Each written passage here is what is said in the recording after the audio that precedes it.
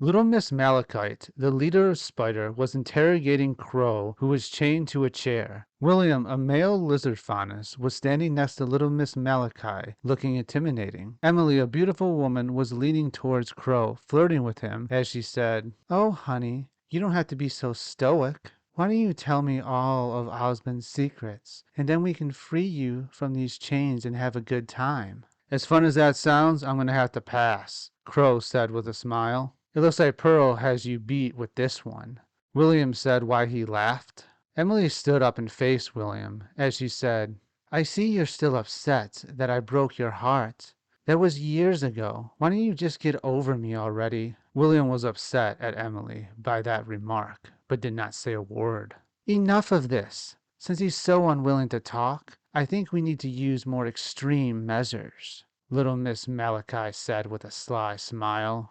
Both William and Emily grinned at this, as they loved when their leader allowed them to cause others harm. "Why won't he talk? I've never seen anyone last this long before," William said in frustration. "It seems that Qrow does not disappoint. He's such a manly man," Emily said as she touched Qrow on his chest. Suddenly, Little Miss Malachite's scroll rang, and she answered. "We are in the middle of an interrogation. This better be good." "Sorry, ma'am, but a group of 4 masked people attacked Hideout 4B. They have us on the ropes. I don't know how long we will last," a scared man said on the other line. "What? How could just 4 people cause so much damage?" Little Miss Malachite asked. "They aren't normal. One of them can even control fire and is burning down the hideout as we speak," the man on the other line said.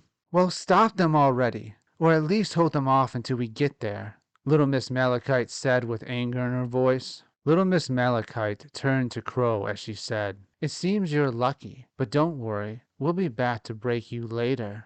Little Miss Malachite turned towards William and Emily as she said, "I think we need all 3 of us, and another 10 to make sure these 4 are dealt with quickly. We'll leave her in charge." Little Miss Malachite, William, and Emily left Qrow chained to the chair. He was breathing hard, and every part of him was in pain. He had to focus so he would stay awake. Suddenly, the door opened to reveal Pearl. "Pearl, is that you?" Qrow asked. "It's me," Pearl said as she slowly approached with a sad look in her eyes. "Then release me already, and let's get out of here," Qrow said. "Sorry, I can't do that until you give me the information I need," Pearl said as she stared at Qrow with a sad look. "It was you. You drugged me," Qrow said with dart-like eyes. "It's nothing personal. I wish it didn't have to be this way," Pearl said as she avoided Qrow's eyes. "I thought you left Spider, but here you are," Qrow said with a bit of anger. "I did leave Spider, but I kept them in my back pocket in case I needed them. Little Miss Malachite may think she can still control me with that semblance of hers, but I overcame it long ago, thanks to you," Pearl said as she looked at Qrow with sad eyes. "What do you mean, thanks to me?" Qrow asked. "I mean there is only one thing that can—" "Never mind, you won't understand," Pearl said as she looked away. "Then why did you drug me? Why did Spider capture me? And why do you need information from me?" Qrow asked. Pearl used her semblance to scan the rooms around them to make sure no one was around. "It's because of her," Pearl said. "What do you mean by her?" Qrow asked. Pearl approached Qrow and whispered in his ear, "Salem." Qrow's eyes widened as he said, "So you are the spy. You're the reason why she was attacked, aren't you?" Qrow asked. Pearl looked down as she thought. "I know my cover was already blown by that monkey faunus, but I cannot reveal anything about Leonardo." Pearl said, "Yes, that was me. Leonardo trusted me, and I failed his trust." "But why? Why, after leaving Spider and freeing yourself, would you chain yourself to someone much worse?" Qrow asked. "You've never met her. You don't know what she's capable of. If you did, you would understand," Pearl said. "There's no reason to join her. What does she have on you?" Qrow asked. Pearl looked down as she said, "I can't tell you." Suddenly there was a loud bang like a gunshot. More gunshots followed as Pearl took out her scroll and called someone. "It's the 12 I told you about. Take care of them for me," Pearl said to the person she called on the scroll. "Listen, Qrow. I will release you if you tell me Osmond's plans." Pearl said. Why don't you tell me why you joined her first? Qrow said with a grin. Pearl grew closer to Qrow as she said, I've already told you that I can't do that. Well then, we are to bypass then, Qrow said as he grinned through the pain. You know, Qrow, I did always like you, Pearl said as she grew closer with a flirty look in her eyes. It's a shame we couldn't be something more. Pearl's lips were almost touching Qrow's lips as silence grew between them. Loud noises and gunshots could be heard in the hallway just outside the door, but they could only hear the other's breath. They slowly grew closer until they kissed. It was a long kiss as Pearl tried again to drug Qrow, but this time Qrow knew better, and he managed to take a small vial from her mouth. Pearl backed away as Qrow spit out the vial. Pearl looked at Qrow, surprised, but also very impressed that he managed that. I'm not going to allow you to drug me again, Qrow said. Pearl looked down as she said, Qrow, Suddenly, the door swung open to reveal Yang and Bolin. Meanwhile, Team RWBY, Team Sun, and Team ABRN watched as Little Miss Malachite, William, Emily, and 10 others left the hideout in a hurry.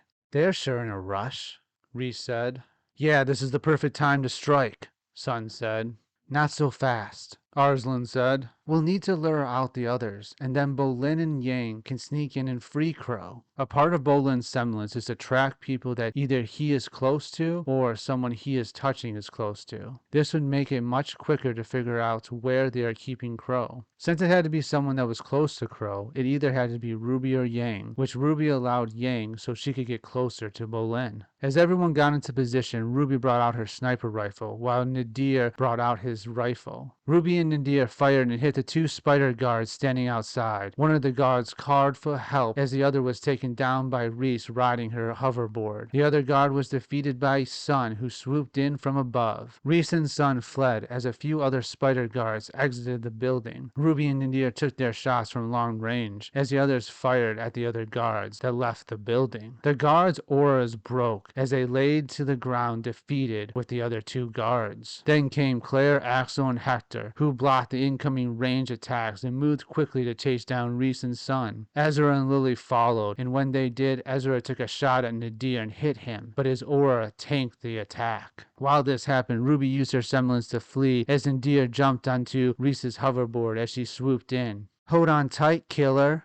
Reese said in a cool, flirty way. Don't mind if I do, Nadir said with a grin as he grabbed onto Reese's waist. They all regrouped near a park as Claire, Axel, Hector, Ezra, and Lily chased them. They needed to get away from Spider's hideout so Yang and Bolin could sneak in. Claire, Axel, and Hector faced them as Ezra and Lily hid in the trees without them knowing. Only 3? This is going to be easy, Sage said. Careful, I noticed 5 of them. The other 2 may be hiding, Arslan said as she took a fighting stance. Claire, Axel, and Hector delayed engaging with them in order to give Ezra and Lily a chance to get into place. We know why you kids are here. You won't be able to help him. Just leave and no one has to get hurt, Claire said. We are not leaving without Uncle Qrow, RWBY yelled as she fired her sniper rifle at Claire. Claire easily blocked RWBY's bullet as the others started to fight. While they were fighting, a bullet came out of nowhere and hit Neptune. Neptune's aura took the damage, but this was a bad situation to be in.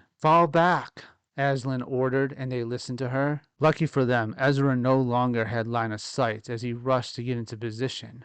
We can't keep falling back, White said. We need to split up. Reese, Nadir, and I will handle the sniper as the rest of you handle these 3, RWBY said.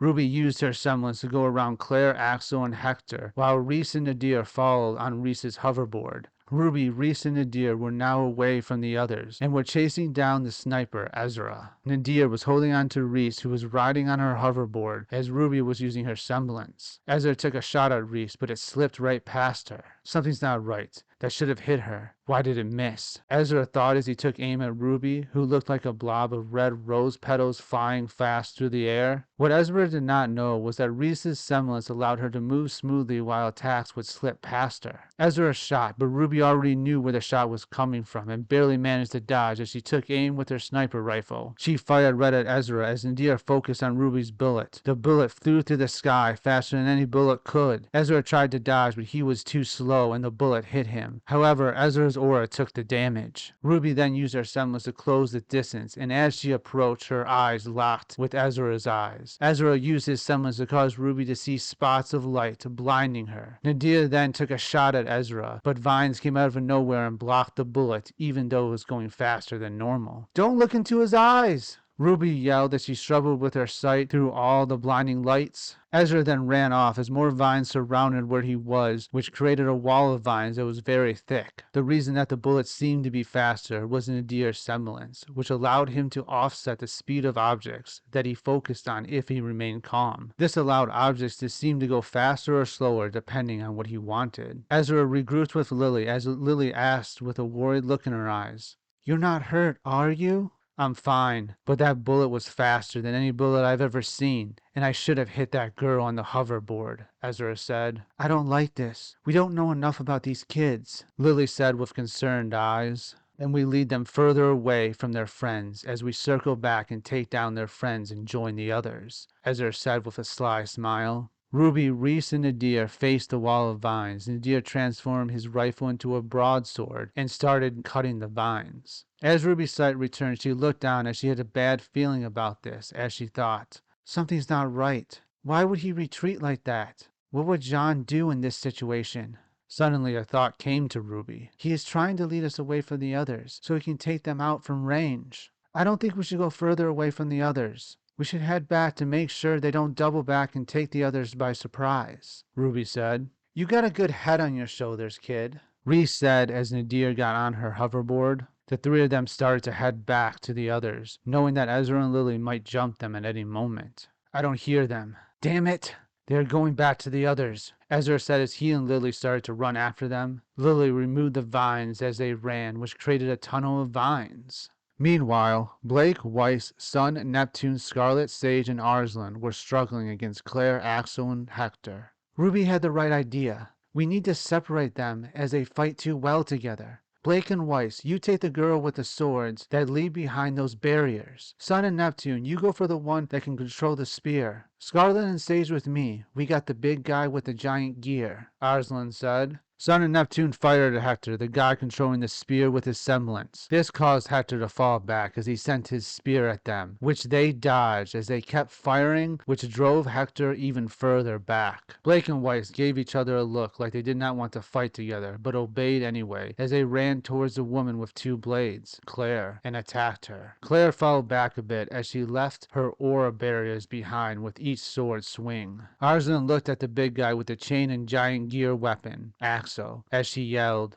"Over here, big guy!" Axel swung his chain with the giant gear attached at Arslan, and as he did, he used his semblance, which caused a gray-silver aura to go through the chain to the giant gear that caused the gear to start spinning. Arslan focused and took a defensive stance with her dagger whip in hand as she used her semblance to find the weak points of the chain and gear. The giant spinning gear came right for Arslan, and she caught it. Her aura started to flicker as the giant gear spun until she was able to stop it with her dagger. She flung the giant gear away as she focused the rest of her aura into her dagger and attacked the weak link in the chain. The chain snapped as the gear flew away. Arslan's aura shattered as she looked a bit tired. She stared at Axel, who used his semblance, which caused the chain to glow the same gray-silver aura. He flung the chain at Arslan, however, Scarlet used his semblance like a gust of wind and then swung his sword at the chain. As he swung his sword at the chain, he used his semblance again to cause a gust of wind from the sword. This flew the chain attack away from Arslan, who was getting ready to take the attack head on. While this was happening, Sage used his semblance to get close to Axel without him knowing, as his semblance gave him the ability for people to lose track of him easily. He swung his sword at Axel, and as he did, he triggered the VIII, or 8, on his sword. With that, his sword split into a V as 3 prongs came from the middle of the V and started to light up. He landed a direct hit on Axel as he fired a laser at Axel that sent him flying. Axel stumbled to his feet as his aura flickered, but it was already too late as Arslan flew her dagger with a chain at Axel. He was sent back and was unbalanced as Scarlet used his semblance to swoop in as he attacked with his cutlass a few times to break Axel's aura. Axel fell to the ground defeated. Back to Sun and Neptune versus Hector. Hector kept trying to use his spear from afar to attack Sun or Neptune, but they had each other's back perfectly. "Are you ready?"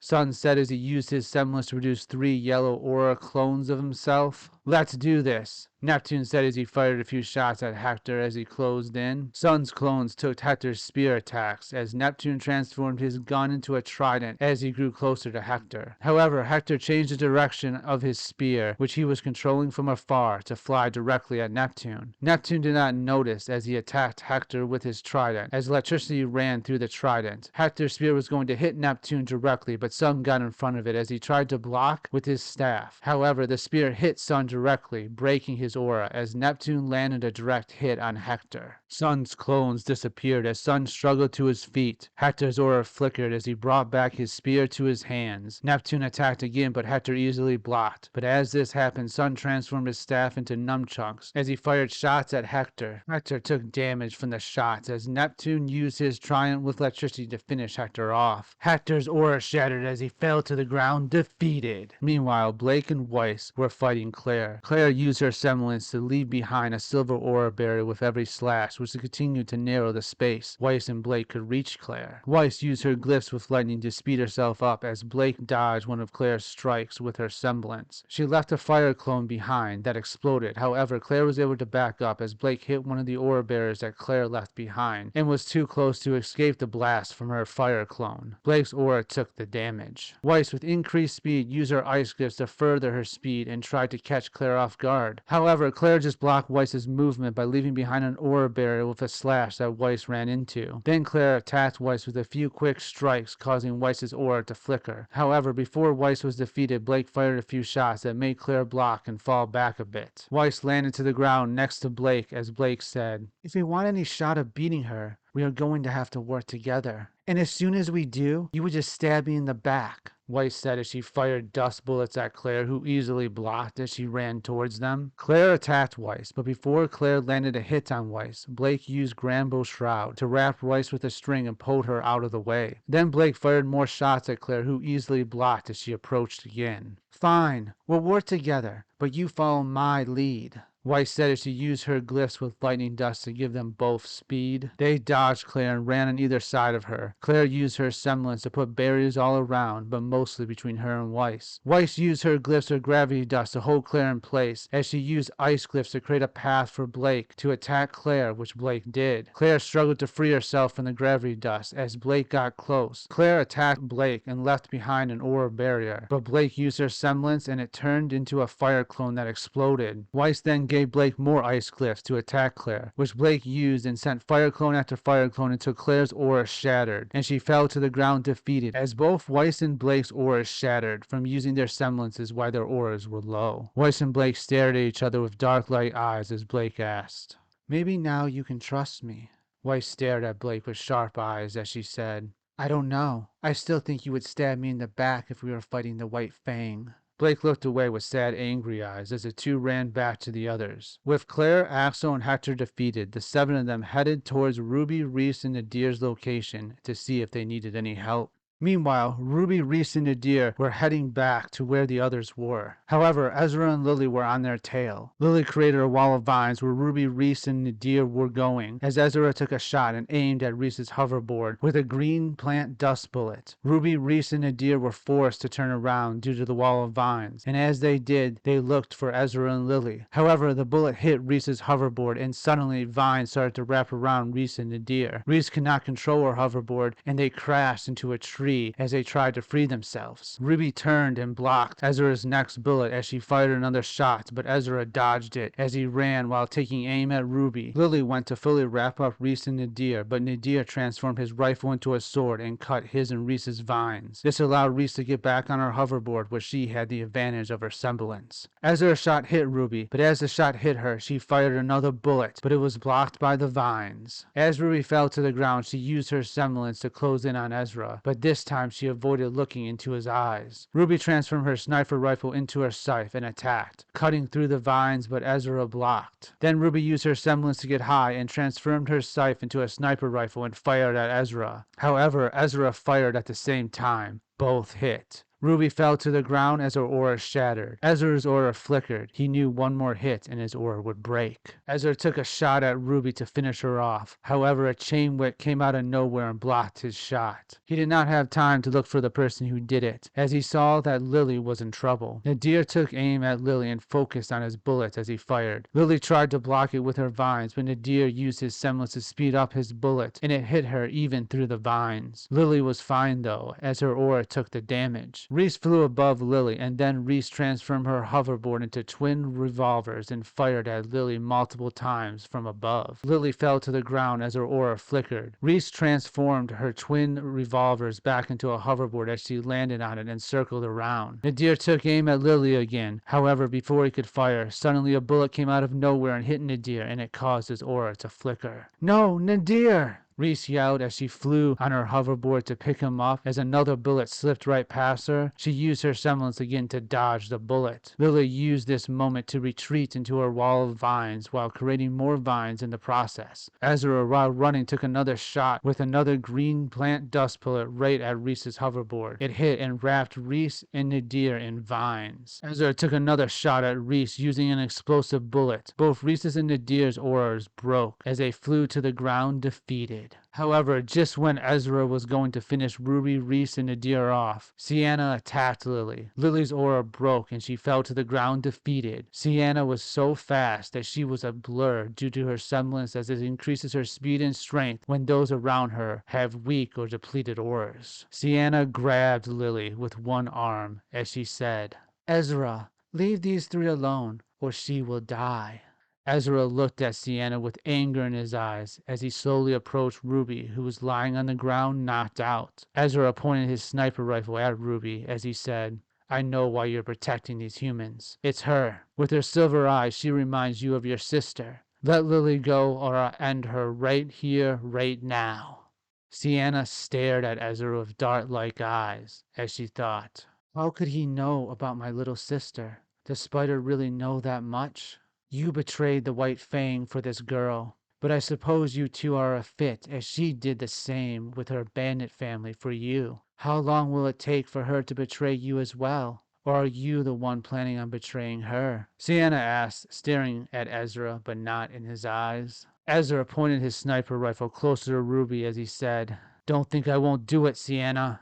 Sounds could be heard from the others approaching. Sienna threw Lily's body over to Ezra. Ezra caught Lily and held her close as he backed up and ran off. Sienna took one last look at RWBY and then turned and saw someone on top of a building. He was cloaked and had a scorpion tail. It couldn't be, Sienna thought as she ran off in that direction.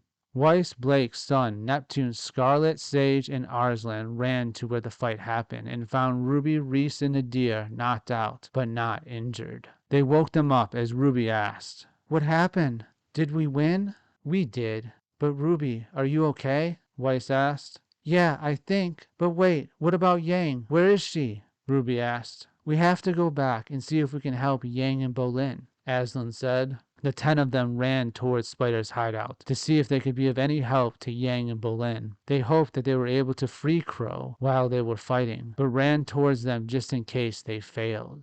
Okay, this is the end of part 9 of the Rewriting RWBY series. And this is the 4th part of the Spider arc. The final part of the Spider arc will happen in the next video, so part 10. Anyway, thanks for watching. Hope you enjoyed the video. See you in the next one. Bye.